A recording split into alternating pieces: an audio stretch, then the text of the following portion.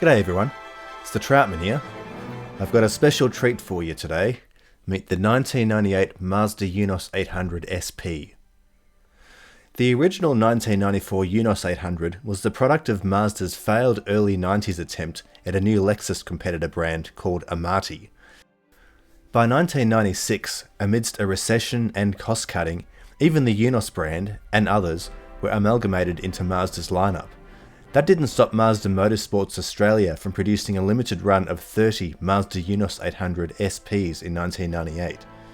This green example is number 20. So, how did we get here?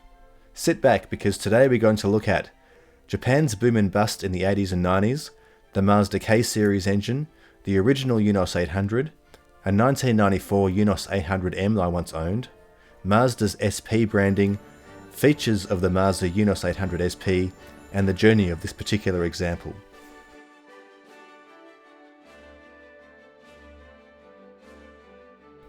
Japan's economy underwent an economic boom in the 80s, followed by a recession in the early 90s.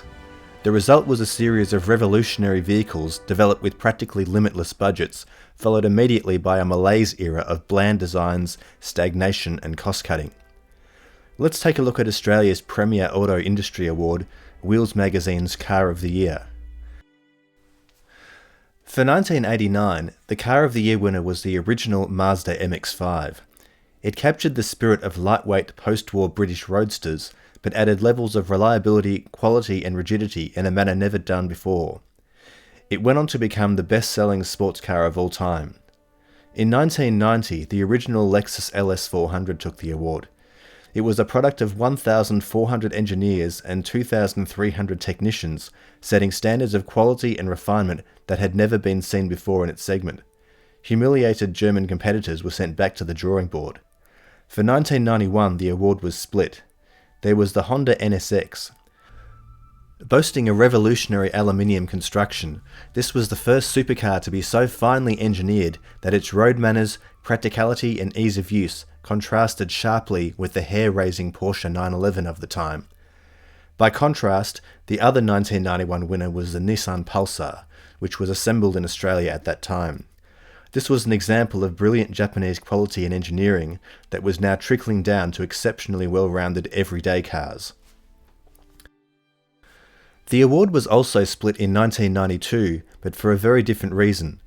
It was the Ford Telstar and the Mazda 626. These cars were identical, but unlike a lot of badge-engineered cars, both Ford and Mazda had contributed to the end product. Again, it was a brilliantly well-rounded car that benefited from a large development budget.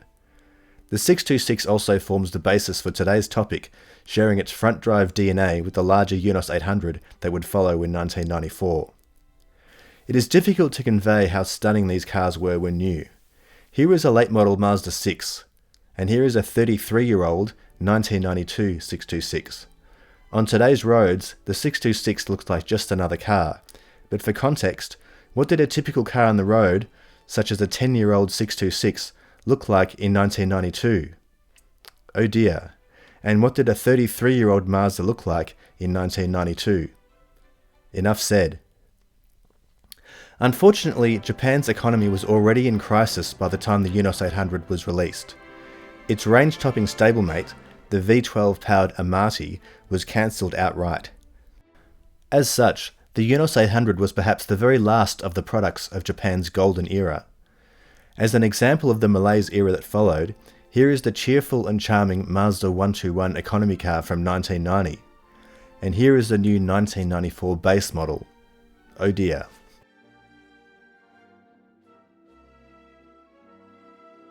The Eunos 800 was powered by Mazda's K-series of 24-valve double overhead cam V6 engines. The K-series engine started with the tiny 1.8-litre V6 fitted to the Eunos 30X Coupe. A larger 2-litre version was fitted to the Eunos 500, which was a premium small car. As of 1994, you could even get the silky 2-litre V6 in the Mazda 323, with a choice of 4-speed automatic or a 5-speed standard transmission. However, it is the bigger 2.5-litre version that was so widespread. It was fitted to the Ford Probe, Telstar, Mazda 626 of course, MX-6 and the base model Eunos 800. The top model Eunos 800 was called the 800M. M referred to the world's first production millicycle engine.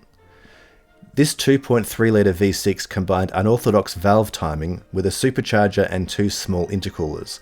Its technology is somewhat related to the Atkinson cycle used in modern hybrid engines. At the time, Mazda claimed the Miller offered the performance of a 3.3-litre V6 with 2-litre engine fuel economy. It featured on Ward's 10 Best Engines list from 1995 to 98. In addition to the availability of the unique millicycle engine, the Eunos 800 had a lot of attention to detail. All featured 4-wheel steering, which in recent years has become commonplace in high-end luxury cars. In all cases, the rear wheels turn in the opposite direction at low speeds for easy parking, yet in the same direction at high speeds for improved directional stability. Standard safety features like dual airbags and traction control were cutting edge for the time. A high-end paint process was used which saw the entire body rotated during drying.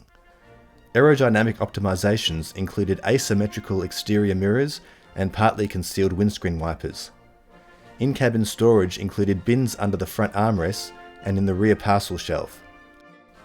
Like the rear-drive Mazda 929 of the day, interior space was somewhat compromised, but externally it was perhaps one of the prettiest cars of the era. By 1998, however, cost-cutting had taken its toll.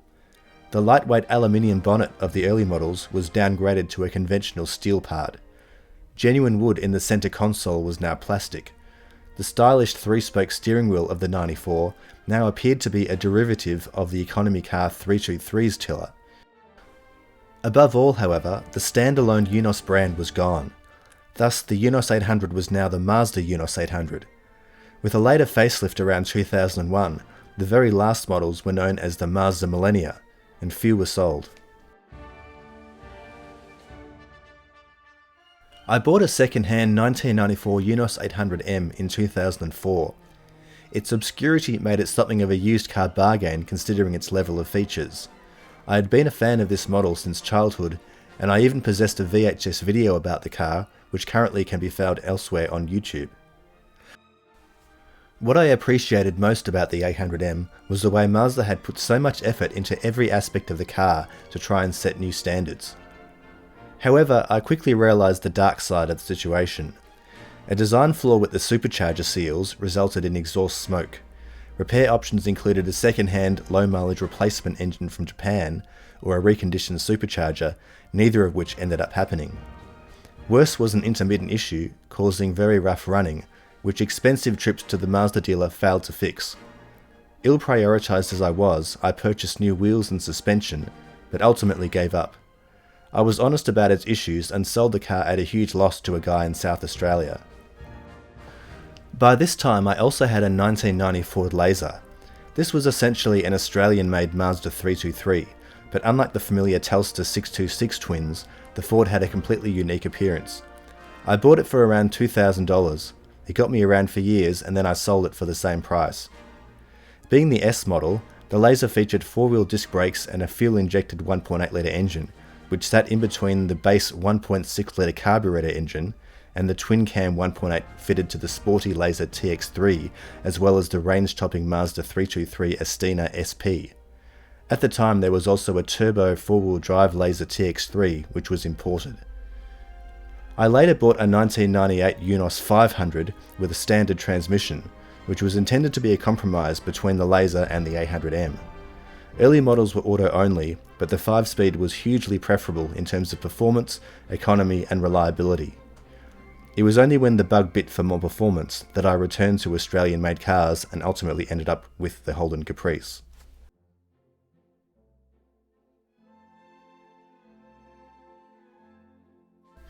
The earliest SP badged car that I'm aware of is the early 90s Mazda 323 Astina SP, featuring the twin-cam engine to go with its pop-up headlamps.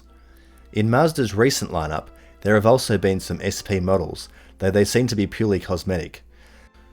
These include the Mazda 2 Pure SP with black roof, and the Mazda 6 GT SP. In the mid-90s, however, the SP branding seemed to be an Australian phenomenon. In 1995, a total of 35 RX-7 SPs were sold down under to achieve homologation for production car racing. Numerous mechanical modifications and carbon-fibered weight reduction boosted performance and resulted in a prestigious victory for Mazda at the 1995 Eastern Creek 12-hour race. That brings us back to the Mazda Eunos 800 SP in 1998, which could be right up there with the Holden-based Mazda Road Pacer of the 70s in the world of obscure partnerships between Mazda and the Australian car industry. In the context of its period, the Eunos 800 SP combines Japan's boom era brilliance, the later cost-cutting era, and then a series of Australian enhancements. The first question people ask is, "What's that?" including an enthusiast of Japanese cars who came up for a chat during filming.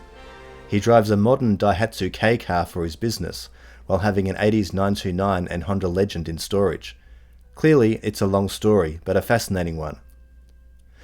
Developed in Sydney, the SP sat at the top of the Eunos 800 range in 1998. It featured 25mm lower Eibach springs, Italian 17-inch Antero wheels, Pirelli tyres, a sports rear muffler, colour-coded grille, black window surrounds, stainless sill plates, exterior badging, and individual numbering of all 30 examples. Normally I'm not a fan of loud exhausts, especially when not delivering any more power, but when the exotic engine is such a core part of the historical significance of this car, this setup is perfect. The suspension and wheels are also very tasteful, making this to my eyes the prettiest version of what was already one of the most stylish sedans. Combined with its Australian heritage, including the kangaroo logo and spiritual association with the legendary RX-7 SP, these cars deserve preservation. Apparently I'm not the only one who thinks so.